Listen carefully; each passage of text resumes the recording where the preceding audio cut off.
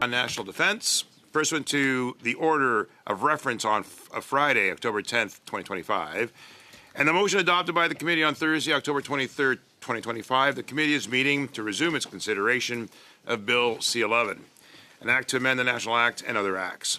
Today's meeting is taking place in hybrid format.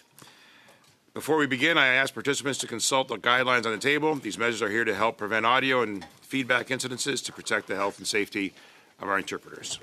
I'd like to remind the witnesses and members, please wait until I recognize you by name before speaking. If you wish to speak, please raise your hand, and the clerk and I will manage the speaking order as best we can.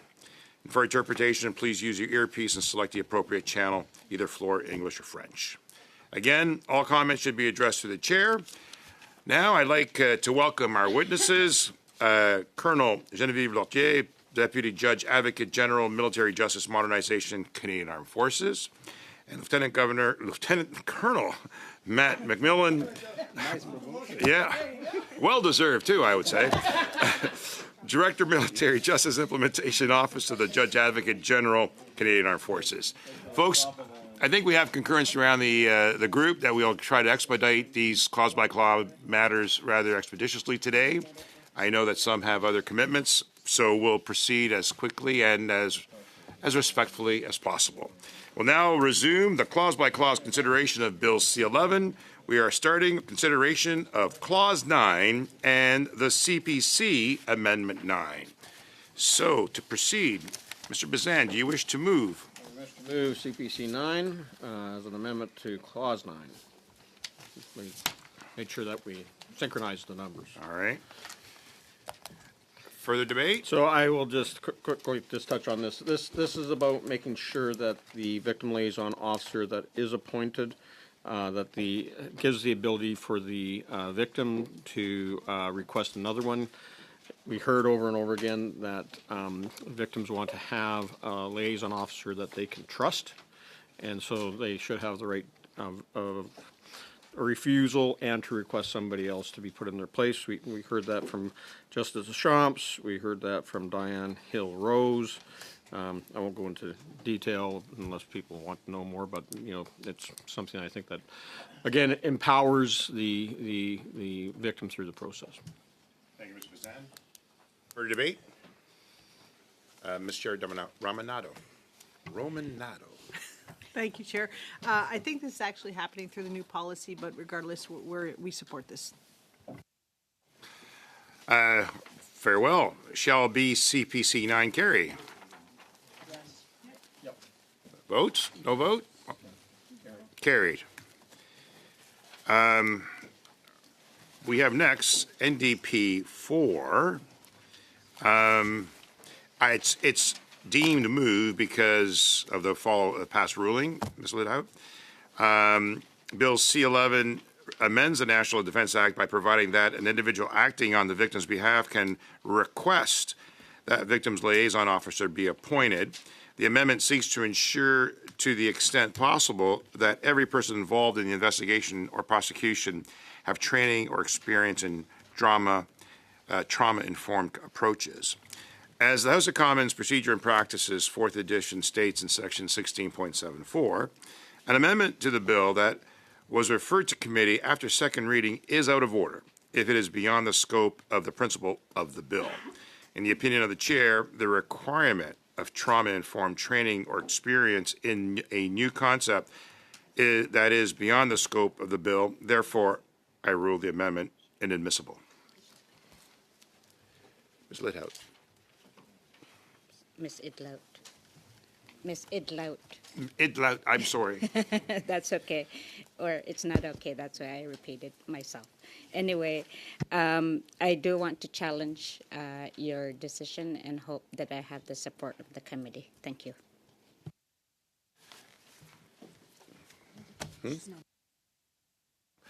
Does anybody wish to move that challenge on her behalf? I will move that challenge on her behalf. Okay. Further debate? And there's no debate, so put it to a vote. Décision sur ce qu'on vote, ça veut dire que si on dit oui, c'est qu'on est favorable. So if we say yes, that means that we agree with maintaining it, or we want to remove it. The question is, does the chair's decision need to be maintained? If you vote yes, then the amendment will disappear. If you vote no, then we'll continue. Okay, we'll proceed. We, Madame Lapointe. we, Monsieur Watchhorn. Oui. Mr. Mallette. Yes. Mr. Bezan. No. Ms. Gallant. no, Mr. Anderson. No. Mr. Kibble. No. Monsieur Savard-Tremblay. Nope. Yeas pour 4, 4. Nays contre 5, 5. NDP 4 is now up for debate. Further debate? Mr. Renato. thank you, Chair, and through you. I just have a quick question for the experts. I just want to verify, according to them, if there's any issues about the constitutionality of this amendment.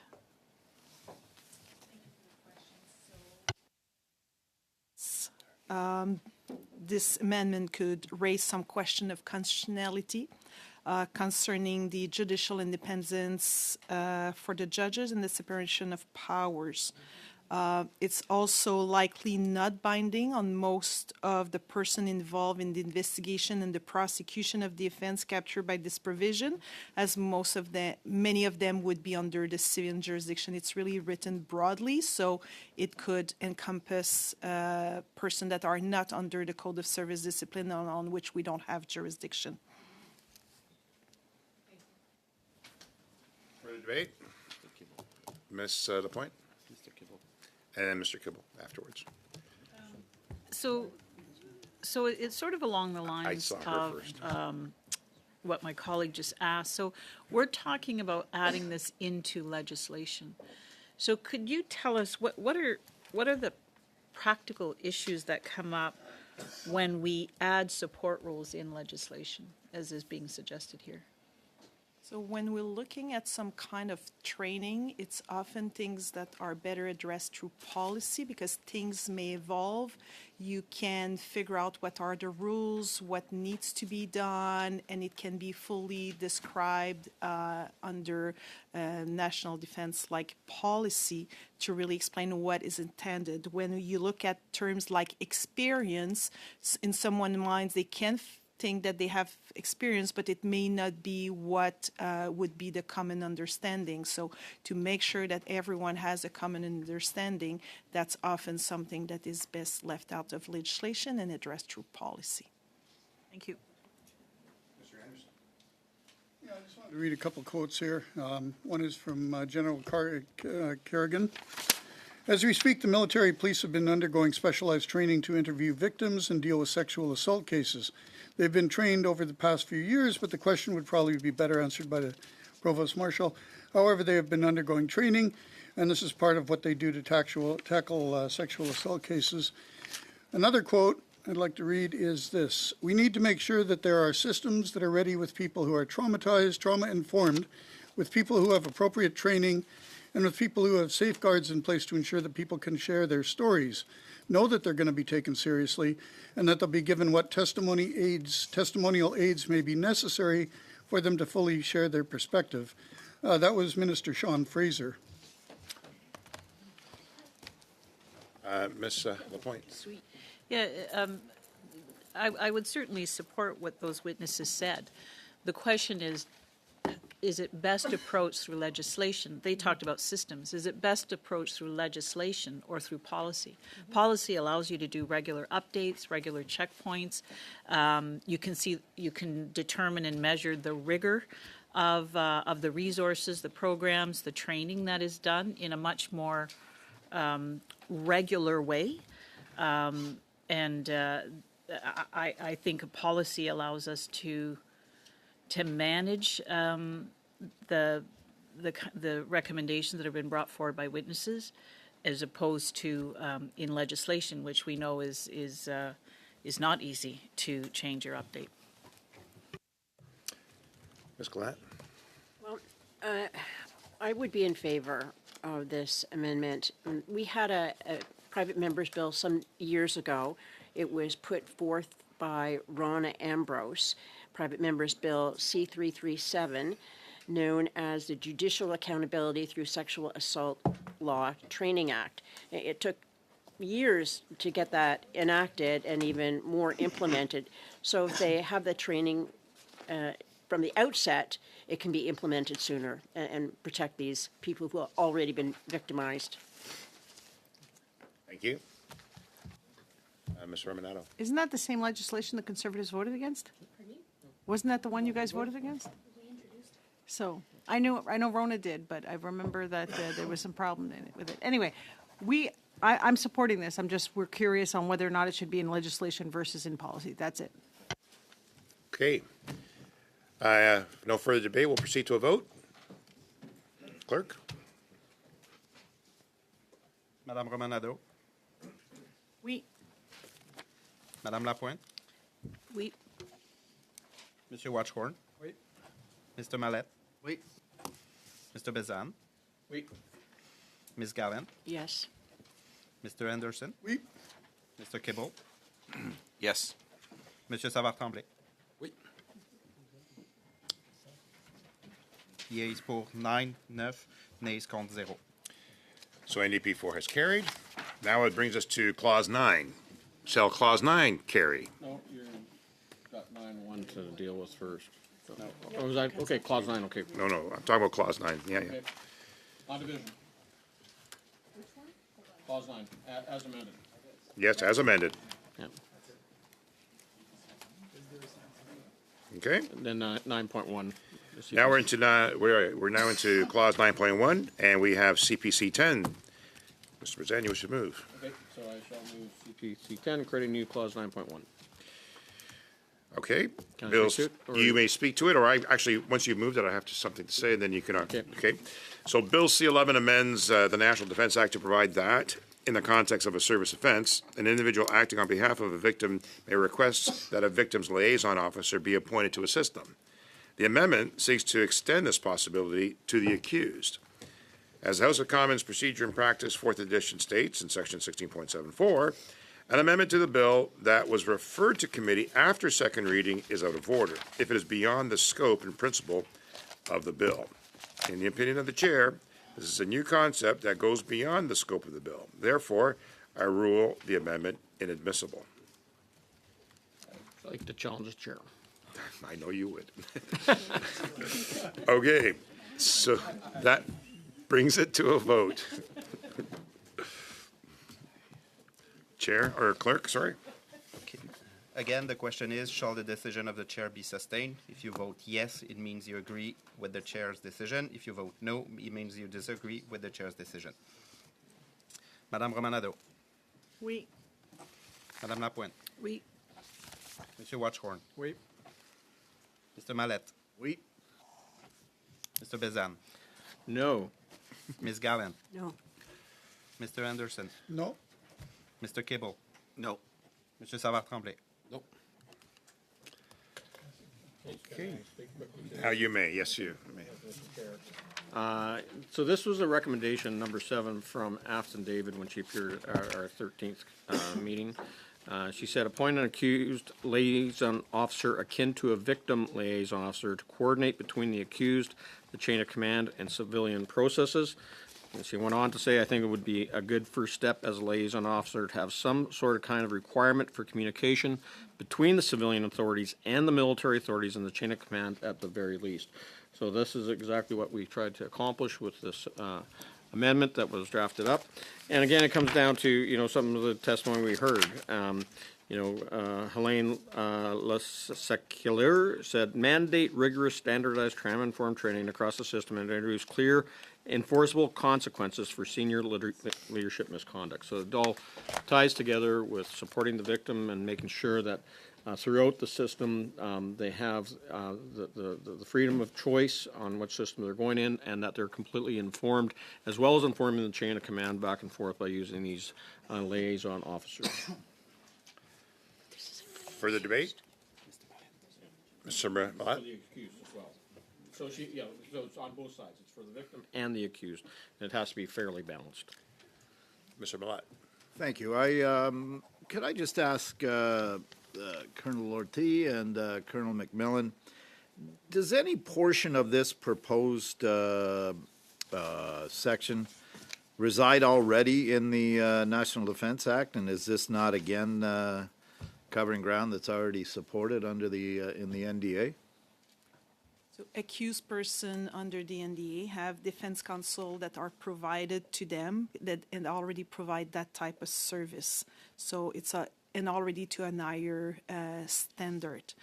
Where that motion is proposed to be added, it's under the Declaration of Victim Rights, and that division explain that it's applied in respect of a victim of a service offense and their interaction within the military justice system. So that's the application of the division, the Declaration of Victim Right. So I would suggest that adding an accused right under the Declaration of Victim Right could certainly be replaced somewhere else if it was to be introduced under the National Defense Act. Okay, thank you. Just on that, when we had both, victims here and survivors, along with, department officials and members from the JAG office, it was still unclear. For those cases that are being referred to civilian court, that whether or not that defense counsel services, as well as accused liaison officers, would be provided to them in the civilian system. So though, National Defense Act may say that there's going to be, under the Victim Bill of Rights, the, right to equal justice for both the accused and the victim, it was unclear in all the testimony. And that's why I think that, Afton David made this suggestion to start with, and we should be making sure that there is that balance of justice for both the victim and the accused. Thank you. The right to information being shared up and down the chain of command. Monsieur Savard-Tremblay. Une simple question, si on veut conserver. Just a question. If we want to maintain the intention, we just heard that perhaps the amendment was not placed in the right location. So are there other places where it could be put to have the same result?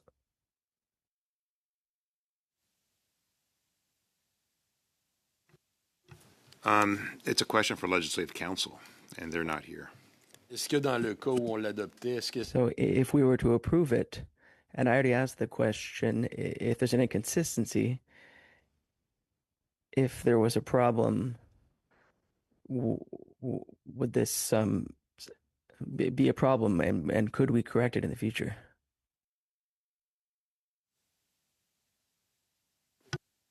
So it can be resolved at report stage. donc finalement si on l'adoptait là mais que c'était pas au bon. So if we approve it, and if it's not in the right place, it wouldn't be a big deal because we can always adjust it in the future. I need a better ear. Pouvez-vous le dire au micro s'il vous plaît?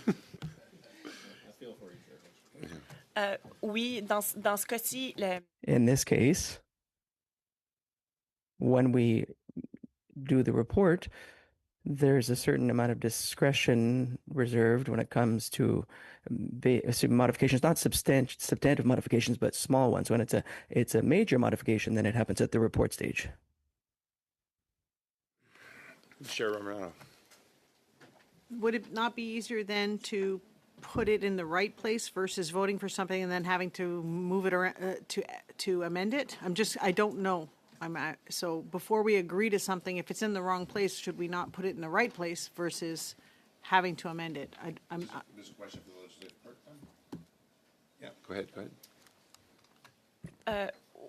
at this point, because legislative drafters don't draft during the meeting, and if it was a question of clarification with the drafters, what the committee could do, an option would be by unanimous consent to stand the amendment and the rest of clause 9, essentially, stand it until the end. And then, for example, if the committee doesn't make it that far today, there would be time between now and the next meeting to consult the drafters and then be able to come back to it before the bill is complete. Okay. That's an option. Okay.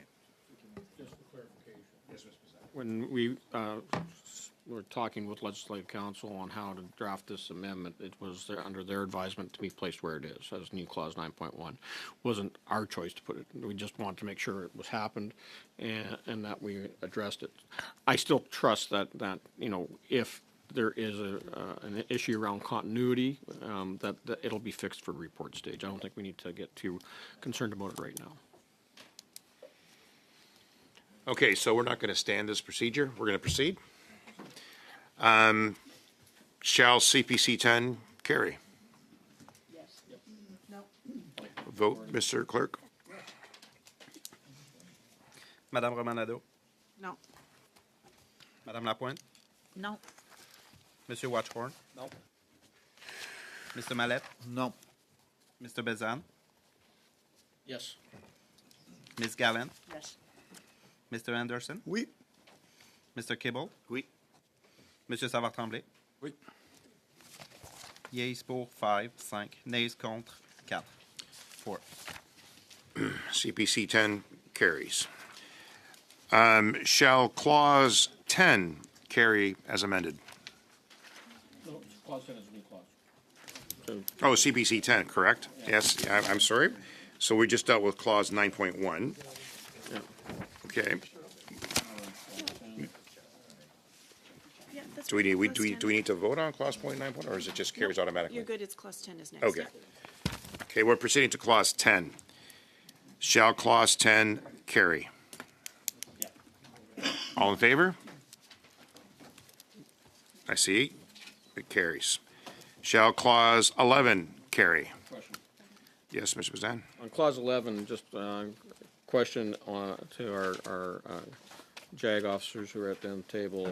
Has this been a problem? That it says a military, what we're adding in as a military judge is not to be charged with having committed a service infraction. So has there been a problem with judges getting charged for service infractions? Have commanding officers use service infractions against military judges to influence any of the decisions that they are trying or hearing in court? The short answer is no. There has not been an issue in the past. Previously, under the prior to C-77, military judges were not subject to summary trials. C-77 removed the summary trial process, created a summary hearing process. The provision that was related to them, military judges not being subject to summary trials, was removed. An additional provision was not added in at that time. It's ensuring that the chain of command, for whatever reason, cannot take action against a military judge, given their independence, through a summary hearing process. It hasn't been an issue. It's just ensuring that that is in law, that it's not going to be a problem in the future. Don't anticipate that it would, but there's a different process for military judges if there's a conduct before the Military Judges Complaints Commission. Okay, would you, Colonel McMillan, suggest though that there might be someone reading this might think that we're making sure that military judges are above the law? Don't think so. Their military judges are not above the law. They are subject to the Code of Service Discipline and the Criminal Code, much like any other judge would be in the civilian context, absent the military specific. The summary hearing is administrative in nature. So in that instance, it's to ensure that the chief military judge is the only one that's responsible for the actions of military judges. Ensures that somebody else in the chain of command would not be able to take action against them in relation to that. But so I wouldn't suspect there'd be an issue in respect to that. Okay. I'll drag it on. Shall clause 11 carry? All in favor? On division.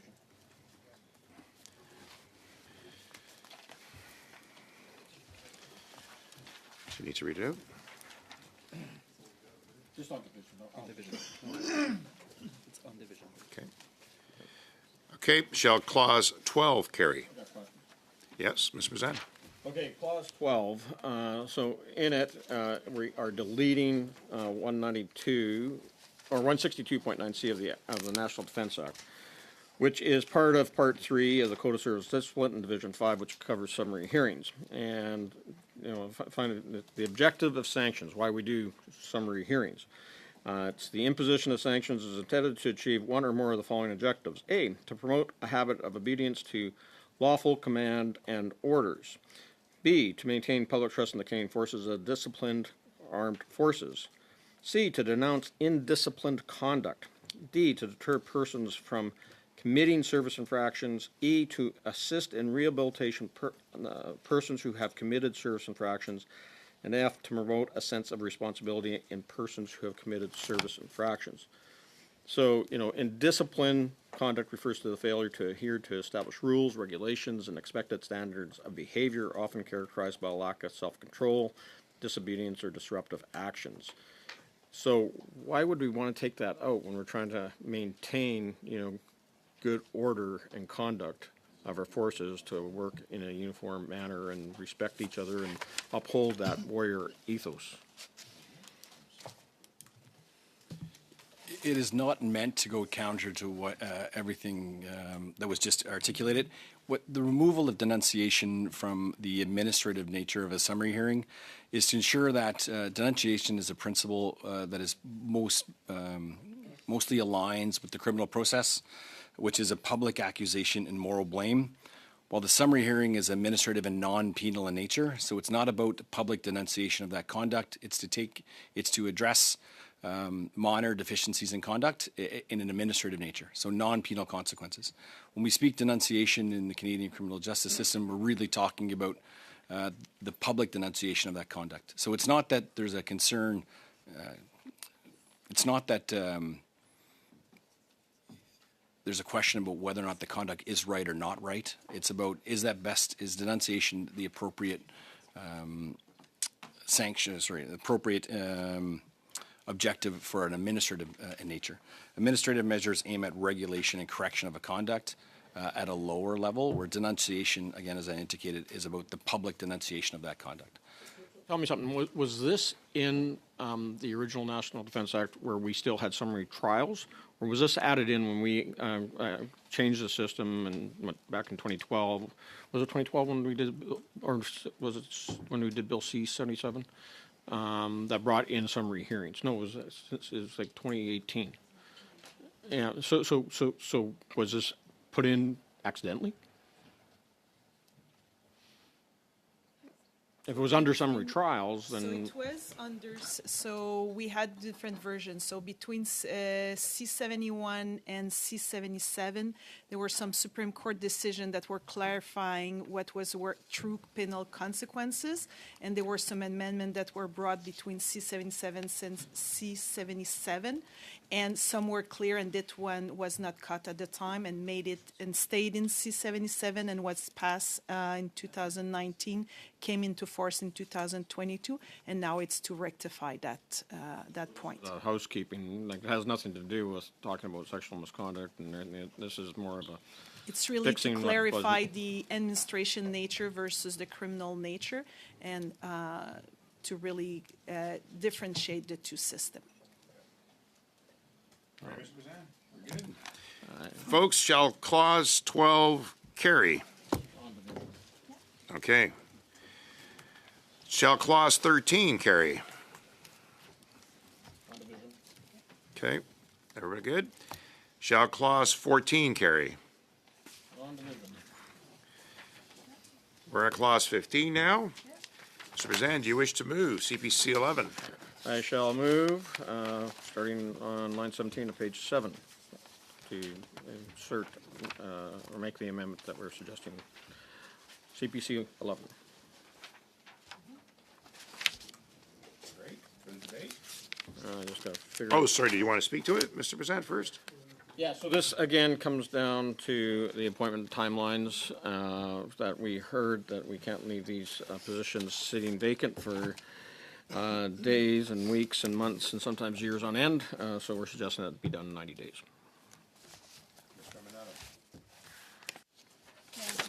Thank you, Chair. So I know that for CPC 2, we changed the appointment for Provost Marshal General to 120 days. So I'm just wondering if we shouldn't, for the sake of consistency, make them all 120 days. Fine with the timeline, but because we've already moved one to 120, if we shouldn't be doing it just for all of them. I'm open to it. I'll just say why 90 days was set, and we heard this from retired Colonel Bruce McGregor, former Director of Military Prosecutions, and he says an acting DMP requires more than 90 days for various reasons, operational health, etc., so the power should be given to the Minister to grant extension when they need it. We also heard from Rory Fowler, we're making them political appointees who may or not be appointed in time. That has been a reoccurring problem. So, you know, we also heard that from other, like Afton David and Charlotte Duval-Latoni. So I'd just say that we got to have a timeline, so 120. I would just, so if you want to move that amendment, Amendment to change it from 90 to 120. Sub-amendment understood? Yep. All in agreement? Great. That brings us back to the amended amendment, CPC 11. Shall it carry? Yes. All in favor? Done. CPC 12. Draw. Okay. CPC 12 doesn't exist. All right. CPC 13.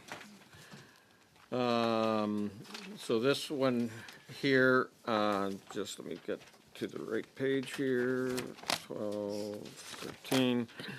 So again, this follows actually Justice Fish's recommendation, as Colonel Kerr told us. He says, I would propose if there's any change to the language that can be done in the case of misconduct, I believe it's recommendation Mr. Fish is referring was to adopt the model found in the Director of Public Prosecutions Act. The language in the DPP Act is, but may be removed by the Governor and Council at any time for cause with the support of a resolution of the House of Commons to that effect.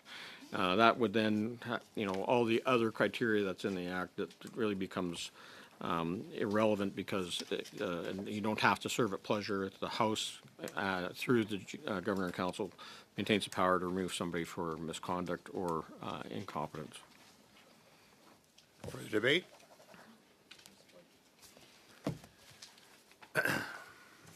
Seeing none, shall CPC, over here, 13, correct? Shall it carry? Done. Shall clause 15 carry as amended? Yes. Good. Shall clause 16 carry? On division. Okay. Brings us to CPC 14. Mr. Bazan, you wish to move? I shall move CPC 14 as circulated. And essentially what this does on CPC 14 is removes the Minister of National Defense of providing that direction to the JAG, and it puts it the JAG, or away from the JAG, and puts the JAG back in charge of issuing guidelines on to the military justice system. For debate, Ms. Raminato, and then Mr. Millett. Thank you very much, Chair. So on this one, I'd like to know if this amendment undoes Justice Fish's recommendation 8, which was that any power issue directives in respect of a particular prosecution reside at the ministerial level at a minimum. So I just want to verify if that does undo his recommendation, and if you could provide further explanation on that recommendation, please.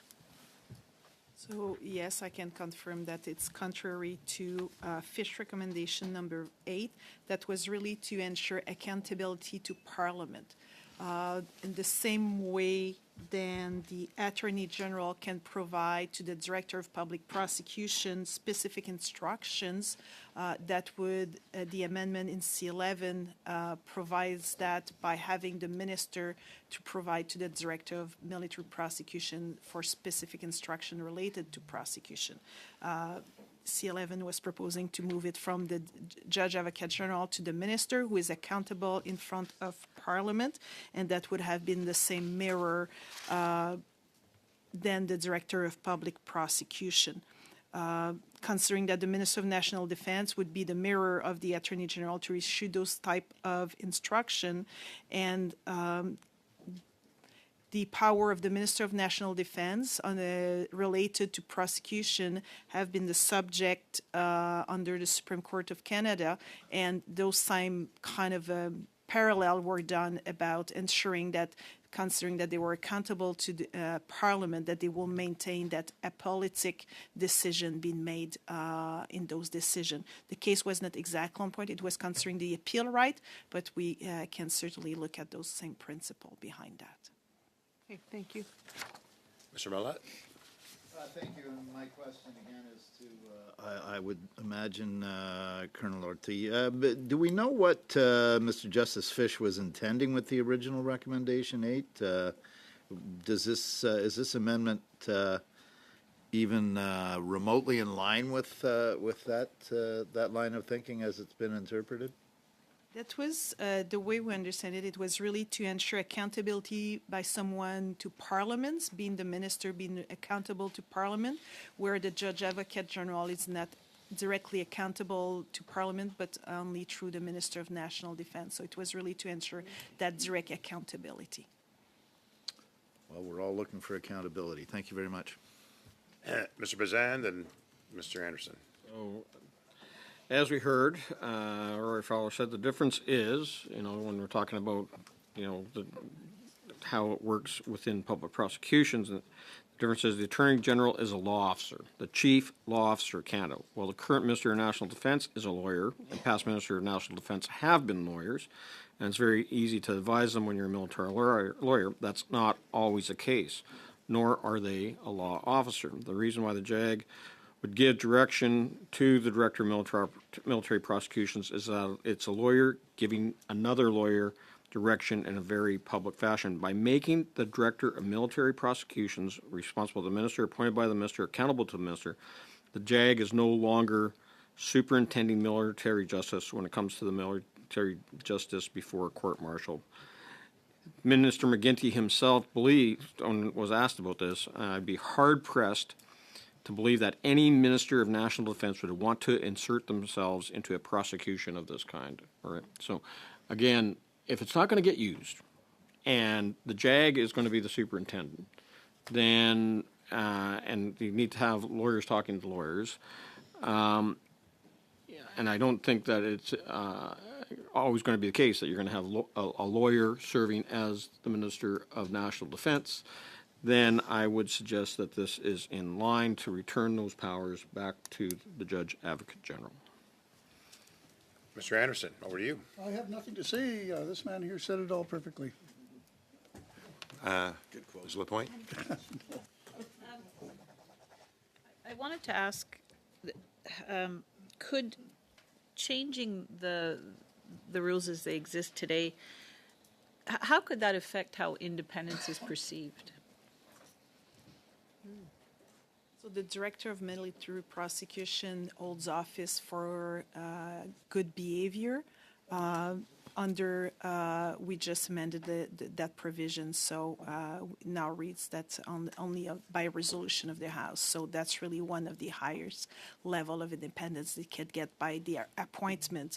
They also get independence through their time of time for their mandate. They're non-renewable, so it's really kind of all the different aspects of their mandate, their appointment, and how they can be removed. So it's not just one element. It's the when you had all those elements that maintain their independence. Seeing no further debate, shall CPC 14 carry? Yep. Clerk, over to you. Madame Romanado? No. Madame Lapointe? No. Monsieur Watchhorn? No. Mr. Mallet? No. Mr. Bezan? Yes. Ms. Gallant? Yes. Mr. Anderson? Oui. Mr. Kibble? Yes. Monsieur Savard-Tremblay? Oui. Yeas pour 5, 5, nays contre 4. CPC 14 carries. Shall Clause 17 carry as amended? Yes. On division? Brings us to BQ 3, Monsieur Savard-Tremblay, you wish to move? Oui, alors ben, écoutez, c'est une proposition d'amendement. This is an amendment to clarify that the government can appoint veterans. So if we add that a military judge is released from the military once they start their position, this comes from the Bar of Quebec, which was inspired by the Fish Report.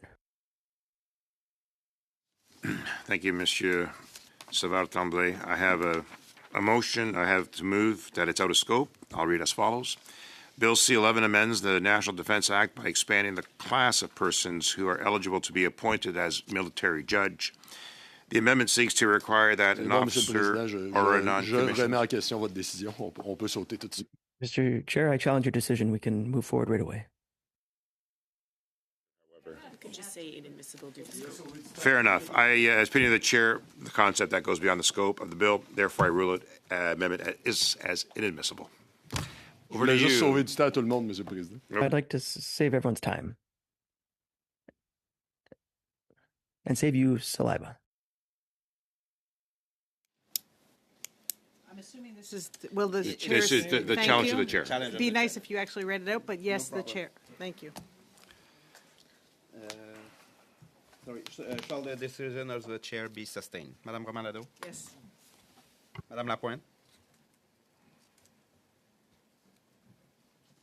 We, Monsieur Watchhorn? Oui, je soutiens le président. Mr. Mallette? Yes. Mr. Bezan? No. Ms. Gallant? No. Mr. Anderson? No. Mr. Cable? No. Monsieur Savard-Tremblay? Non, je change pas d'idée. Yeas pour 4, 4, nays contre 5, 5. Back to you, Monsieur Savard-Tremblay, if you wish to speak to it. J'ai mentionné ce que j'avais mentionné déjà. I mentioned what I had to mention. Debate. Monsieur Millet? Yes. Can I ask either Colonel McMillan or Colonel Lortie, what would the impact of removing military judges from the Canadian Armed Forces be? So in itself, the question could bring a lot of constitutional question to the establishment and the independence of the military judge. Following the Fish report, one of his recommendations was to study that aspect of the act. We have had a working group for the last 2 years, and the question was to determine the most effective framework for the creation of a permanent military court of Canada in cooperation with an independent authority, the Department of Justice, and representative of the military justice system. We're getting to the end of that report, and while looking at it, there's a lot of questions that came to be looked at concerning their deployability of civilian judges and their subjection to the Code of Service Discipline, just to name those two. The fact that the motion proposed to keep them as military judge. Military is the defined term that shall be construed as relating to all or any part of the Canadian forces. So that would be something to consider. And also all the other provision that establish the military judges relates to them to be as military members. So there's a lot of conflict with a lot of other provision where it says that military judges cease to hold office when released from the CAF at their request. Chief military judge must hold the rank of at least colonel. And there's also here we're addressing a provision that concern the regular force military judge. We also have provision that concern the reserve force military judge that is not covered, and they have a different type. They're nominated. They don't have the same exact appointment, but there's other provision that address that is not covered here that I would suggest if something is done for one group, the other group would also should be considered. Thank you. Follow up for Colonel McMillan. In your estimation, what would be the impact on the maintenance of discipline, efficiency, and morale if this should come to pass? Fundamentally, it'd be a question about whether or not the court could function. If the court martial can't function because of the questions of judicial independence, the constitutionality of removing those individuals from military judges from the military. It raises questions about tenure, pay, who they report to, is it under the military, the broader federal judicial scheme. If you can't function as the court, then you can't maintain discipline, efficiency, and morale of the CAF. Sums that up. We did hear, although we didn't hear because Justice Fish, we had trouble with the video link. He did send in a written submission, and he said the first two recommendations in my report address the need to civilianize military judges, but these recommendations are not implemented at all by this bill. He said, I explained at paragraph 54 of my report that appearance of justice is compromised by the fact that military judges remain members of the CAF while holding office. He went on to say the civilianization of military judges is not a novel proposition. England and New Zealand have long civilianized their military judges. In the course of my review, moreover, the appointment of civilian judges with a sufficient degree of military expertise was solidly supported by our Deputy Minister of National Defense and by virtually all senior members of the military hierarchy, including the Chief and then Acting Chief of the Defense Staff, the commanders of the Royal Canadian Navy, the Royal Canadian Air Force, and several other commanders. So that's right from the written submission that we got from Justice Fish. And Afton David also said that we need to make sure that military judges are removed from the Code of Service Discipline in her testimony. So, best way to get them outside of the Code of Service Discipline is make them civilians. Okay. Seeing no further debate, shall BQ3 carry? Clerk, over to you. Hello. Madame Romanado, No. Madame Lapointe, No. Monsieur Watchhorn, No. Mr. Mallette, No. Mr. Bezan, Yes. Ms. Gallant, Yes. Mr. Anderson, Oui. Mr. Kibble, Oui. Monsieur Savard-Tremblay. Oui. Yeas pour 5, 5, nays contre 4, 4. Okay. So then this one falls. We don't need that one at all? No, because there was a line conflict. Yeah, there's a line conflict on there. Do we need to carry? All right, so we'll go into CP. We go to clause 8 then? Yeah. 18. 18, yeah. Okay. Shall clause 18 carry? Yes. Okay. Seeing that. Shall clause 19 carry? Wait. What did you have? Done. We're now into a new clause 19.1, CP 16. Mr. Bazan, do you wish to move? I shall move.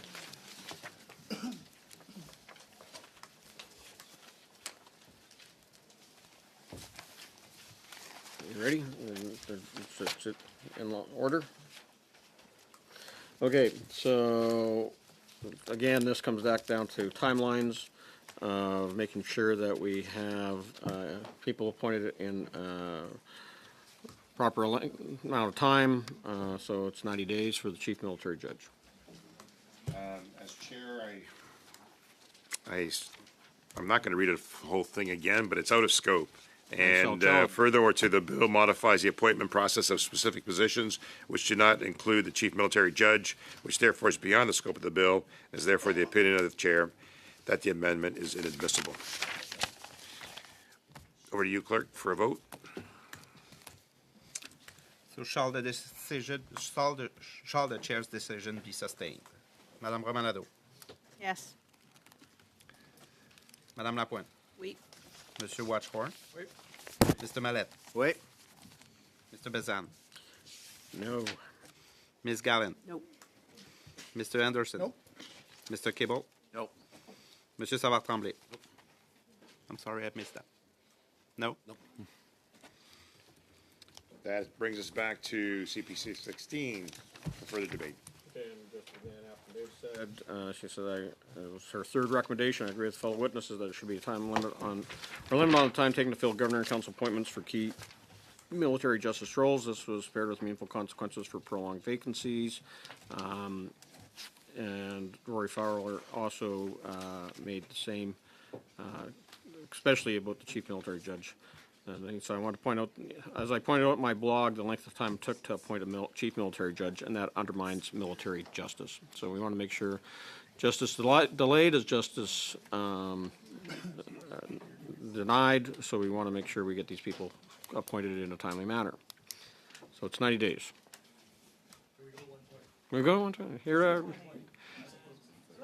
you got to make the amendment, though. You may, Mr. Washington. I propose 120 days. Okay. All in favor of a sub-amendment for 120 days Here, in here. this one? Passed. It brings us back to Had to say something. the amendment for CPC 16.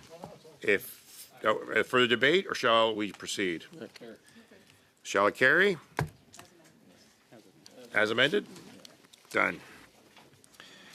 Okay, folks, there are no amendments proposed for clauses 20 to 39. Is there unanimous consent to group them into, for the vote? If yes, On division. shall clauses 20 to 39 carry? Yeah, on division. Done.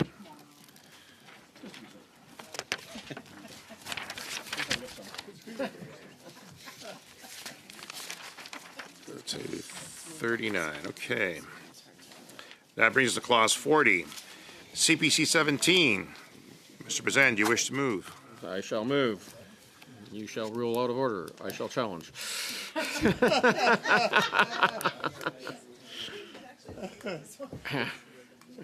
You'll amend. Proceed to move. All right, Mr. Bazan has moved CPC 17. Do you wish to speak to it? Just that it's, again, putting in timeline to make sure that these main positions are appointed in a very short or in an appropriate amount of time. So this is for the Defense Council Services, or Director of Defense Council Services. For the debate, Mr. Bellet? For the sake of continuity, we'll do 120 if it's agreeable, Yep. as with the previous. Amendment to read as 120, approved? Approved. Shall CPC 17 carry as amended? Yep. Okay. Yeah. Brings us to CPC 18. Now we're back to CPC 19. And again, this makes sure that, let me get, does it, give me a minute. Yeah. CPC 19. 19, yeah. Article. We're way back to 40, right? Yeah, your reference number ends with 462.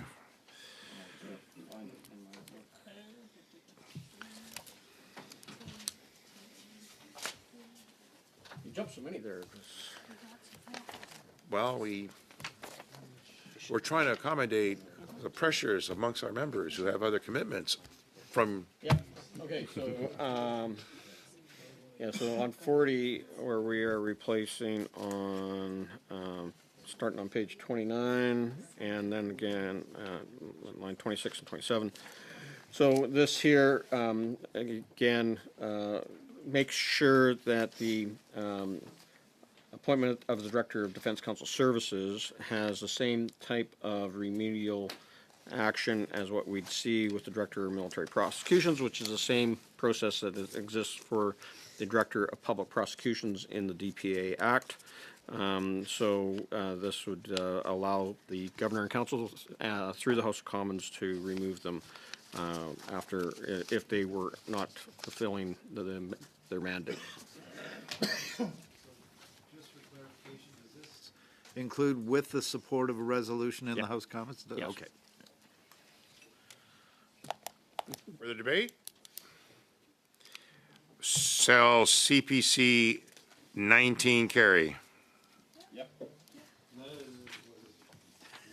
Wait. Non, c'est bon. Non, c'est le 18 qui a été enlevé, puis c'est bon. C'est bon. It's 18 that was removed. Shall now we go to clause 40. Shall clause 40 carry? Yes. Great.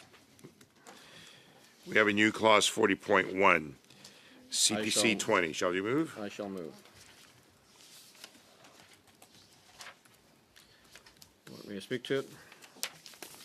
Yes, you may. So in this one here, it's about making sure that we have people that are being tried in both the civilian and military systems, that they are treated equitably. And so we wanted to ensure that, this was included.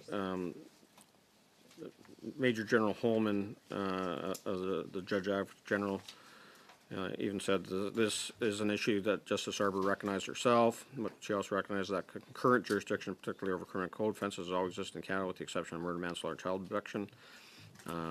We have in the Arbor report, the CAF may want to examine whether it wishes to provide financial assistance for all its members facing charges outside the military system, not just those who will be tried in civilian courts. So this is making sure that the Director of Defense Counsel Services, Colonel Ahmed, said,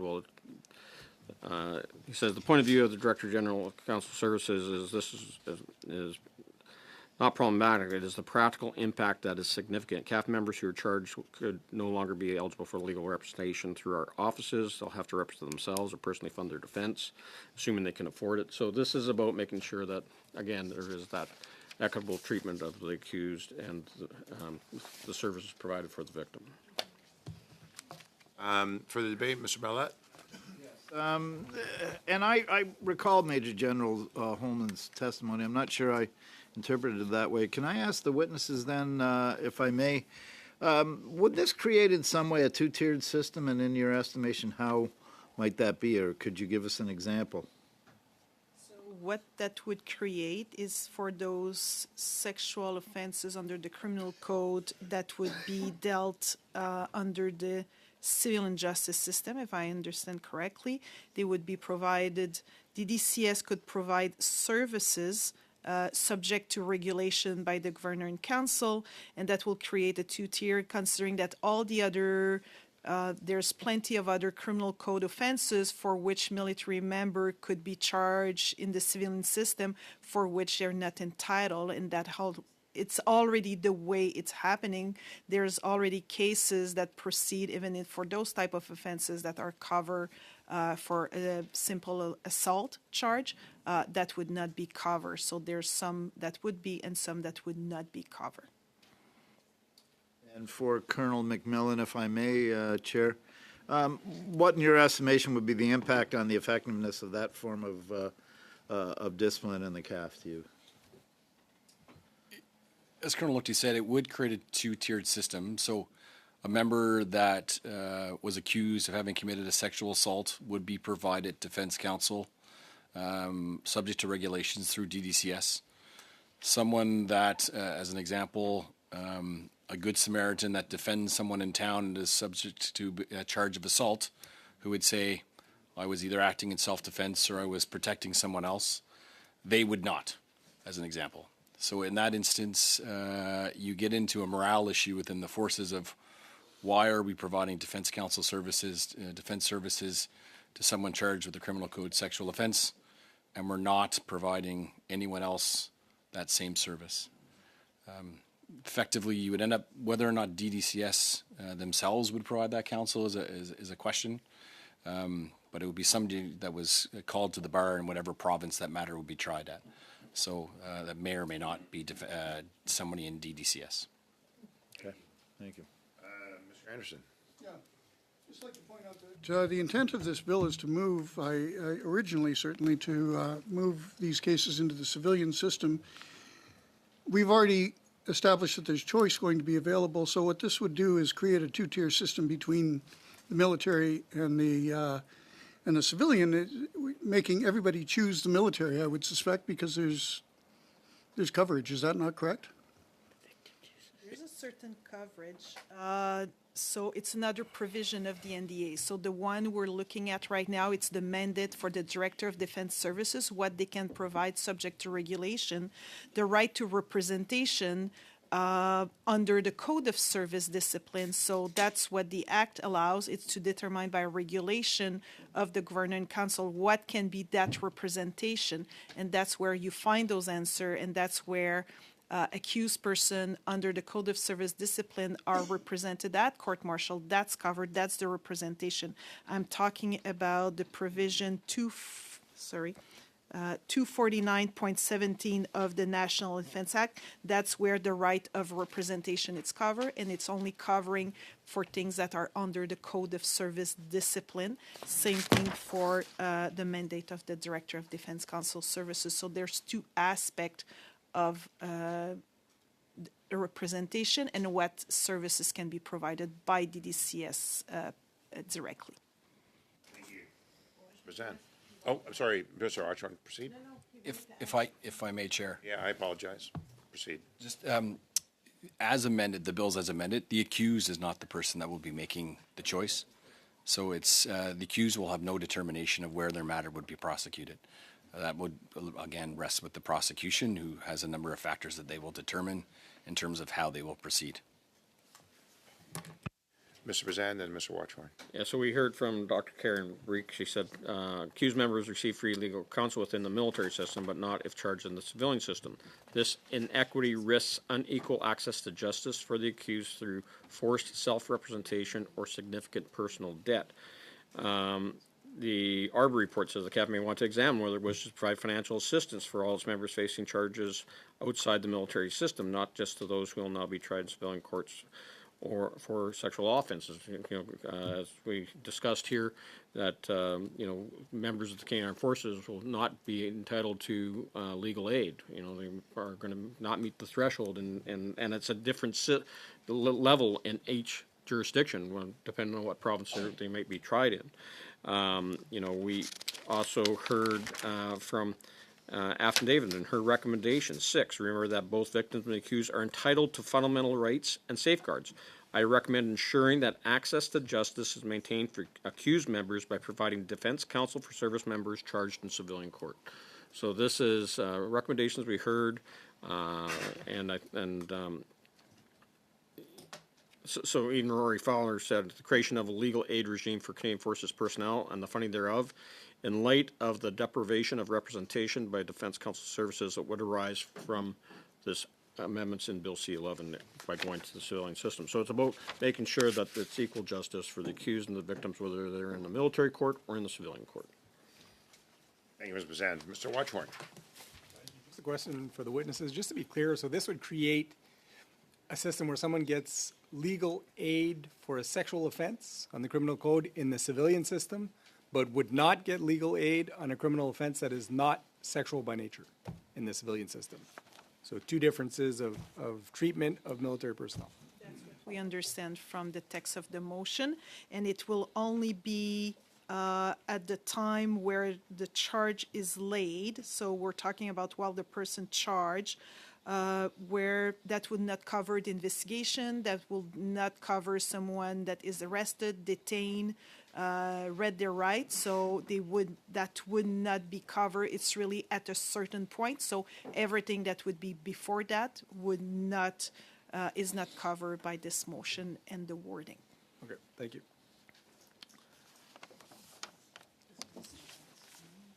Thank you. Further debate? Seeing none, we'll proceed to ask, shall CPC 20 carry? Yes. Mr. Clerk? Madame Romanado? No. Madame Lapointe? No. Monsieur Watchorn? No. Mr. Mallette? No. Mr. Bazan? Yes. Ms. Gallant? Yes. Mr. Anderson? Yes. Mr. Cable? Yes. Monsieur Savard-Tremblay? Oui. Yeas pour 5, 5, nays contre 4. All right, CPC 20, that's carried. Brings us to CPC 21. Ms. Bazan, do you wish to move? I shall move, which would repeal Section 249.2 of the National Defense Act. Further debate? I could just read in what it says. It is that the Director of Defense Counsel Services acts under the general supervision of the Judge Advocate General. We did hear from the Director of Defense Counsel Services, Colonel Ahmad, who said relying on the goodwill of the JAG to respect the director's independence or on the fortitude of the director to resist influence from the JAG, the minister, or the chain of command is not a meaningful safeguard. The concern is compounded by the fact that this bill leaves unchanged subsection 249.2, paragraph 1 of the National Defense Act, which currently states that the director acts under the general supervision of the JAG, and subsequently 249.22, which states that the JAG may issue general instructions or guidelines to Defense Council services. These provisions grant the JAG broad authority over the director. The proposed legislation does not meaningfully limit the potential for interference in the director's mandate. Without structural statutory independence, the perception and potentially the reality of independence remain at risk. On this point, I submit that the consideration should be given to repealing Section 249.2 of the National Defense Act. And Rory Fowler also said on the removal authority from JAG, it sends an important message to the military justice system and to military leaders. They must understand that they don't have full control over the administration of justice in cases involving military members both in Canada and abroad. Thank you. Further debate? Any questions on CPC 21?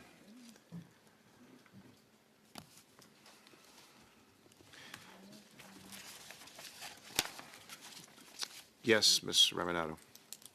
I just want to get clarity on this. If this amendment passes, does it create an accountability and independence issue?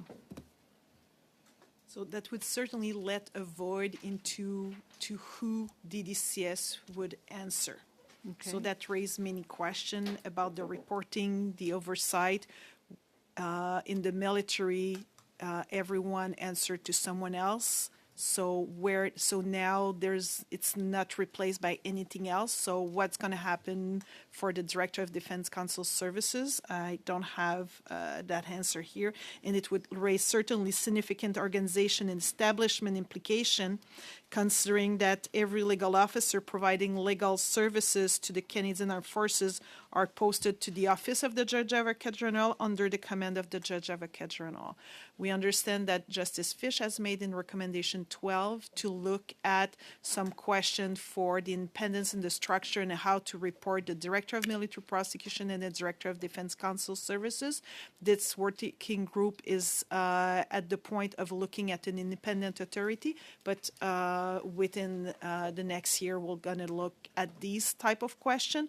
But we certainly, right now with that amendment, it certainly lets a void of where DDCS would sit.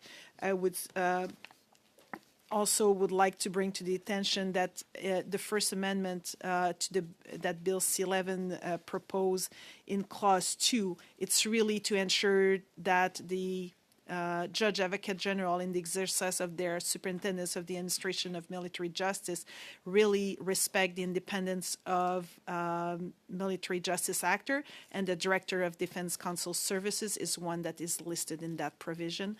That was Clause 2 of this bill.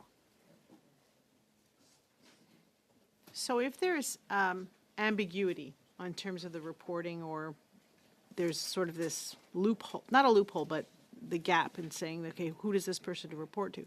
What would that do in terms of the confidence in that role? If it's no clear indicator of who this position reports to, could that not lead to a lack of confidence? To a lot of question about in their accountability, in their independence, depending under who they would report, because they cannot be alone anywhere. They need a budget that will come for someone, but there's probably a lot of other person that they could not be under. Certainly not under the Minister of National Defense, certainly not under the Chief of Defense Staff. So where does that person reports to? I don't have that answer, unfortunately. Thank you. Further debate?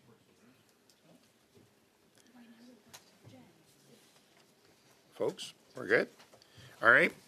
Shall CPC 21 carry? Yep. Over to you, Clerk, for a vote. Madame Romanado? No. Madame Lapointe? No. Monsieur Watchhorn? No. Mr. Mallet? No. Mr. Bezan? Yes. Ms. Gallen? Yes. Mr. Anderson? Oui. Mr. Kibble? Yes. Monsieur Savard-Tremblay? Oui. Yeas pour 5, 5, nays contre 4, 4. I'm sensitive to time. We're going to wrap this up pretty soon. I think there was some calls for a suspension, but I think we can do this quickly if everyone's okay. All right. Shall clause 41 carry? Actually, once you group No, clause 41 first. on division. Okay. Monsieur le Président, There are, sorry, Monsieur Savard-Tremblay. je veux savoir sur quelle base il y aurait eu des appels à suspension. On est en... On what basis would there be a suspension? How much time do we have left planned for the meeting? There's been a request for a body break, so I'm just sensitive to that. I think we can wrap J'ai this up pas, within j'ai the pas next 20 minutes. d'interprétation, j'entends pas. 20 more minutes will be. Non, ça va, mais je me demande juste pourquoi il y aurait eu des... No, that's fine. I'm just wondering why were there requests for suspension given that we're still adhering to the timelines that were planned? Someone needs to go.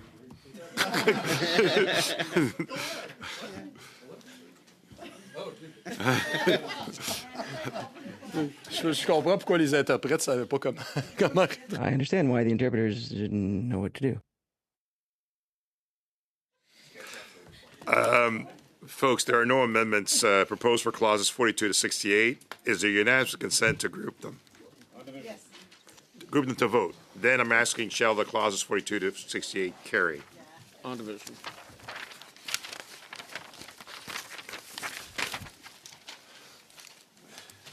Okay, so that brings us to 68. That we now have a new clause 68.1. And CPC 22 is withdrawn. Withdraw. Shall clause 69 carry? We're down to the short title. Madame Raminato. Before we get to the short title, I would like to seek unanimous consent from the committee. We had passed CPC 1 as the First Amendment, and it was for 90 days. And I know that since that First Amendment has passed, that we've asked that the period be 120 days for the other positions. So I just, in terms of keeping it consistent throughout the bill, I'd like to seek unanimous consent to reconsider that we amend that to 120 days if it's the will of the committee to consider that UC motion. Okay, we have consent. Thank you. So I'd like to move that we change that to 120 days to be consistent throughout. Understood? Thank you. Agreed. Thank you very much. Shall the short title carry? Clerk, can you say the short title? We'll get it for you in a moment.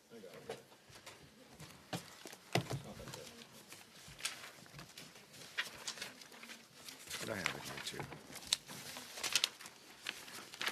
The Military Justice System Modernization Act. Loi sur la modernisation du système de justice militaire. I got it. Sounds good. Military Justice System Modernization Act.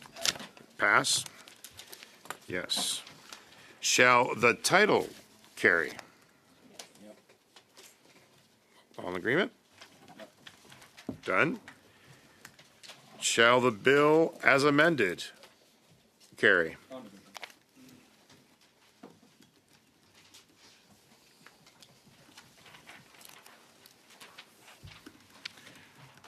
Shall the chair report the bill as amended to the House? Yes.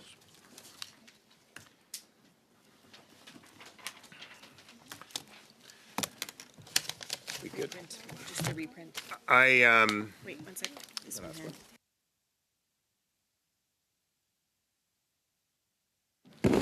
last point. Shall the committee order a reprint of the bill as amended for the use of the House at the report stage? Ms. Raminato? Sorry, Chair. I was just going to mention to you that the paper was rubbing on the microphone and it's for the interpreters. Yeah, I My know. Thank you. Thank you.